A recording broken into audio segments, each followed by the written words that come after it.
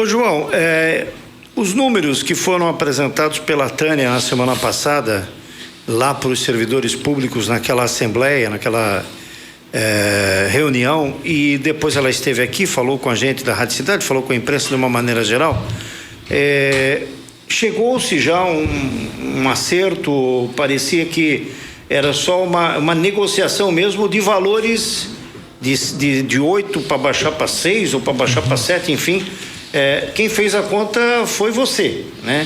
Qual é o percentual ajustável aí para se resolver essa questão com a prefeitura? Essa pergunta é a pergunta de $1 milhão, né? Mas, para servidores e para a prefeitura, né? Então, nós temos uma pauta de negociação, que é uma pauta com 56 cláusulas, né? Então, quando você está num processo de negociação, houve 5 rodadas de negociação. Fizemos a última na terça-feira, que passou de 2 horas o nosso encontro, saímos de lá já depois das 6 da tarde. Foi uma negociação importante.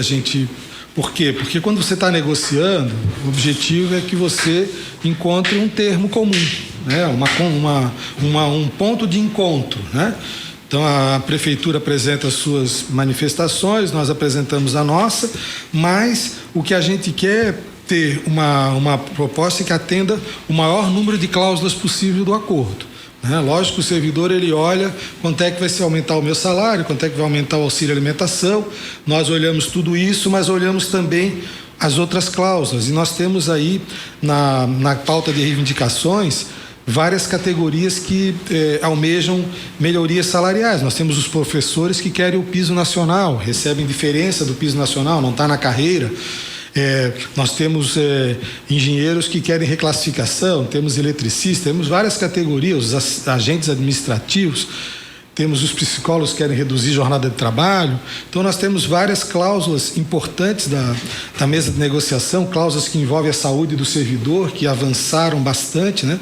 A criação do ISMED, né? Que é um sistema interno para prevenção de acidente do trabalho no serviço público.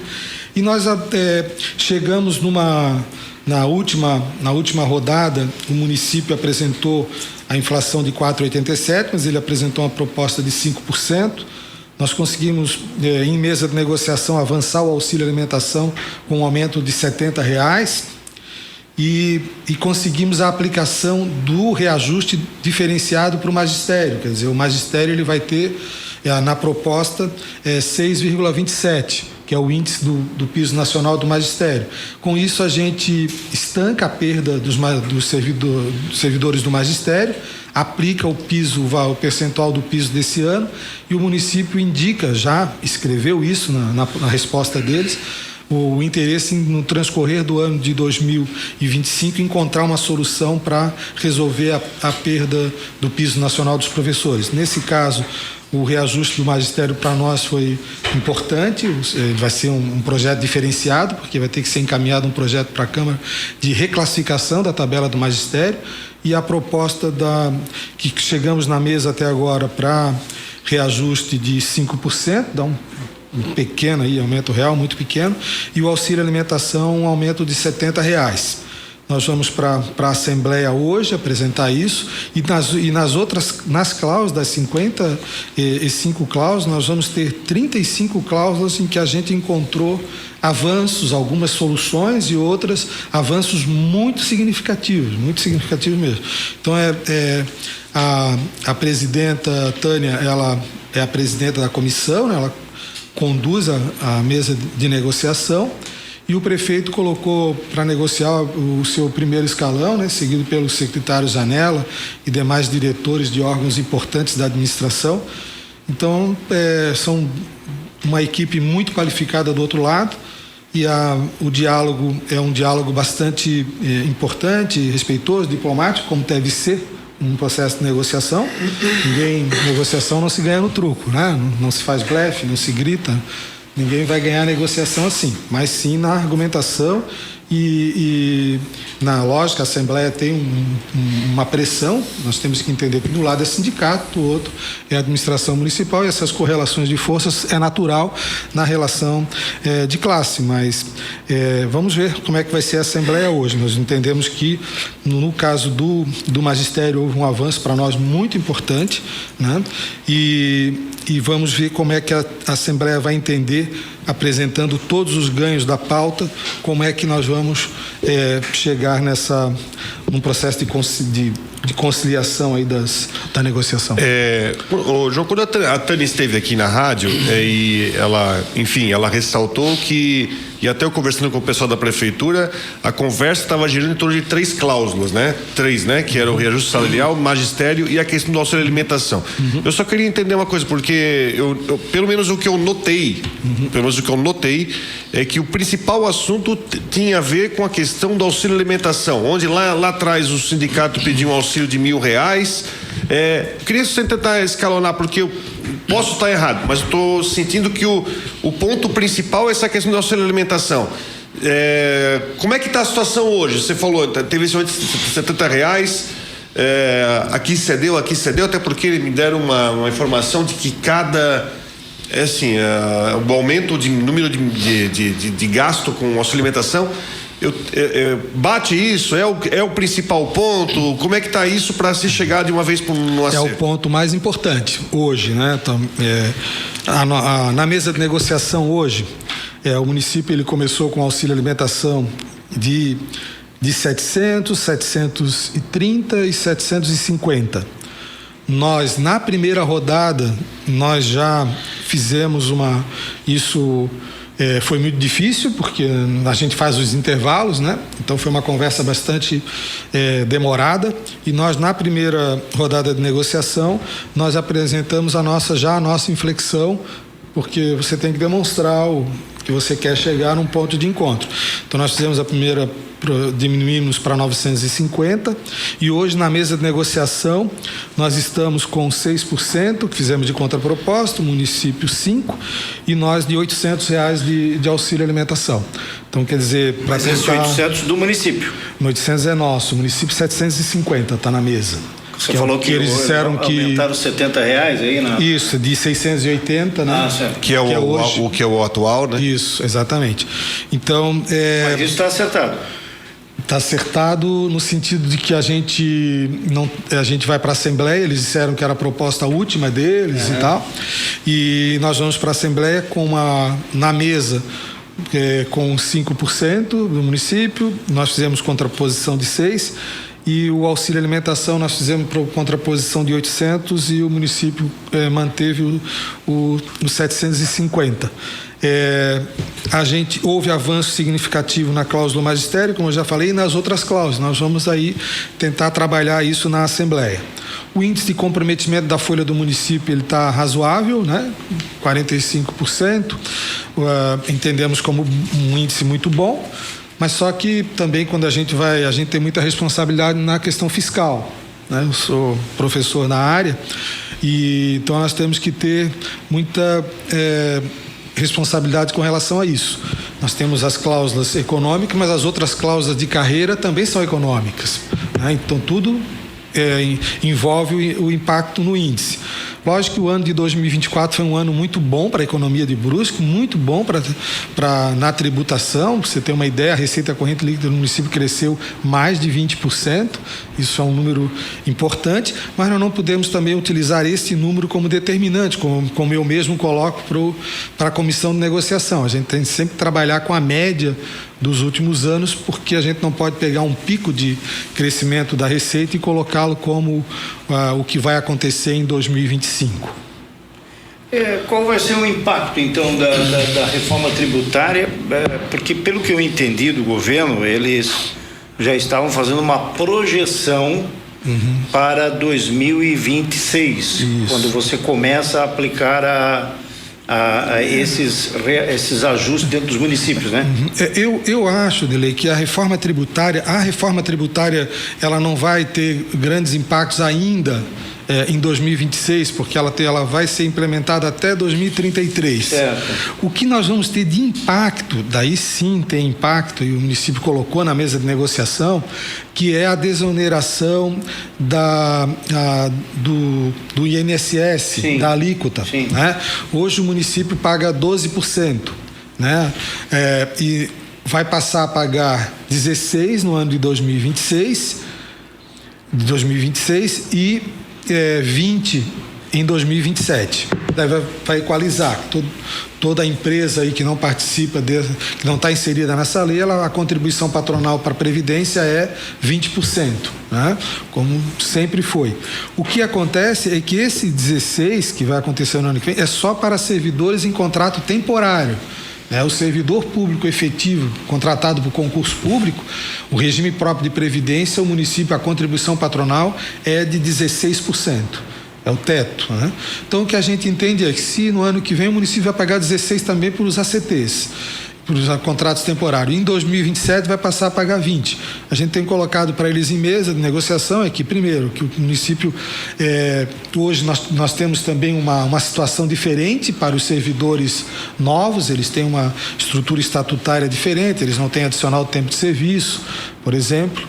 E o que acontece? A gente estimula, tem colocado para o município para a realização de concurso público, porque a contribuição vai para o regime próprio de previdência, você fortalece o regime próprio de previdência e vai pagar 16% de contribuição previdenciária. E o que o município diz sobre isso? O município se interessa em... O que você está dizendo é que a matemática mostra que vai custar menos para o município se ele fizer o concurso público e trazer o efetivo para dentro, do que ele ficar contratando e pagando a mais, no caso aí de 20%, né? Ficaria 20%. Isso, em 2027, isso. Eles têm apontado aí a necessidade de fazer concurso público, têm demonstrado isso. Cabe a nós sempre não só mostrar aquilo que é de interesse do servidor, mas também mostrar aquilo que em termos fiscais é mais interessante para o município. Entre pagar hoje, com a estrutura que está hoje para a contratação de novos servidores, uma reforma que aconteceu em 2021, o que acontece? Acontece que nós estamos tendo uma condição de contratação de servidor efetivo com maior, atendendo em termos fiscais, a situação mais favorável do que se contratar um servidor no regime geral, com a contribuição em 2027 indo para 20%. Além de fortalecer, o regime próprio de previdência. O regime próprio de previdência, ele desde 2011, em 2020 nós fizemos uma reforma com participação do sindicato, uma exigência da lei federal, e agora o que a gente tem também no governo atual, aconteceu uma situação muito interessante, que foi muito importante, que o regime próprio de previdência de Brusque deixou de ser deficitário, deixou de ser déficit atuarial, por conta de que, você sabe, a população informa a população que todo o imposto de renda descontado dos servidores em folha de pagamento, todos nós descontamos imposto de renda em folha, quem recebe em folha de pagamento, valor que envolve a tabela do imposto de renda retido na fonte. Esse recurso, pela Constituição, ele fica no município, ele é a Receita Municipal. E parte desse recurso, o governo atual, e foi muito importante isso, transferiu para o regime próprio de previdência, equalizando o déficit atuarial do regime próprio. Então nós temos um regime próprio equalizado, o que nós precisamos é contratar servidores novos, que se entra um jovem na prefeitura com 20 anos, ele vai contribuir até 35 anos, então ele oxigena o regime próprio de previdência com a sua contribuição. Então isso é muito importante, além de que a legislação hoje do município facilita, menos oneroso você contratar servidor efetivo hoje. Então, para finalizar da minha parte, se corre o risco daqui a pouco que é o grande desafio de todas as previdências do mundo, né? de você ter mais aposentados e menos gente contribuindo em Brusque? Em Brusque, não, porque o município todo ano faz concurso público, principalmente para o magistério, mas a gente tem essa preocupação, sim. Teve momentos aí históricos de Brusque em que não houve concurso público e isso realmente onera, mas as mudanças feitas no regime estatutário, não que o sindicato ele teve que ceder em negociações aí para acontecer essas mudanças, hoje há uma maior, é menos oneroso para o município contratar um servidor efetivo e garantir isso que você está dizendo que não aconteça. Isso é muito grave, é muito grave. Nós temos vários regimes próprios em que as pessoas estão envelhecendo e você não está tendo maior contratação de servidores, não está oxigenando o fundo e isso aumenta o quê? Aumenta o déficit atuarial do fundo. E quem tem que pagar o déficit atuarial do fundo é a população. É a população através dos impostos. E por isso a necessidade de você oxigenar esse regime próprio, que também ele é muito importante. Por isso que, por exemplo, a gente não usa esse recurso, mas por isso que tem uma arrecadação de uma receita patrimonial, que a gente chama receita, todo o ganho de investimento do regime próprio de previdência, contabilmente ele é lançado na Receita Municipal. Ele ajuda, inclusive, nos índices fiscais do município. É um dinheiro que não pode ser utilizado, mas atenua a situação fiscal. Mas hoje, só para pegar essa... Então, hoje, a médio prazo, a situação da Previdência do município está tranquila, do IBPREV. Com certeza. Por exemplo, daqui a 10 anos, imagino... não é daqui a 10 anos, daqui a 70 anos. Não há problema. O regime, todo ano é feito um estudo atuarial e ele analisa o fundo para 70 anos para frente. Então, o cenário atual é que não há problema nenhum. Não, foi equalizado. Até saiu uma matéria bem bacana no Jornal Município, quando foi implementada essa lei que equalizou a questão do déficit do regime próprio de previdência. Mas uma outra curiosidade, isso é investido? Existe um investimento? Há uma renda? Ele está rendendo? Aplicado? Sim, tem toda uma regra, né? Uma regra, inclusive, com determinações do próprio Banco Central, né? Sim. Onde o recurso deve ser investido, né? Você tem uma pequena parte do recurso que pode ser investido, por exemplo, em ações de risco, né? Tipo bolsa, sim. Mas a prioridade é que você faça aplicações mais conservadoras, sim, e rentáveis, né? Lógico que hoje, com uma Selic rendendo 14,25%, você aplica em qualquer fundo que tenha como base a Selic, você está garantindo um bom rendimento. Né? Tá. Isso. João Miguel, muito obrigado. Muito agradecido, muito obrigado pela atenção. O sindicato agradece a todos os ouvintes e à rádio pela oportunidade.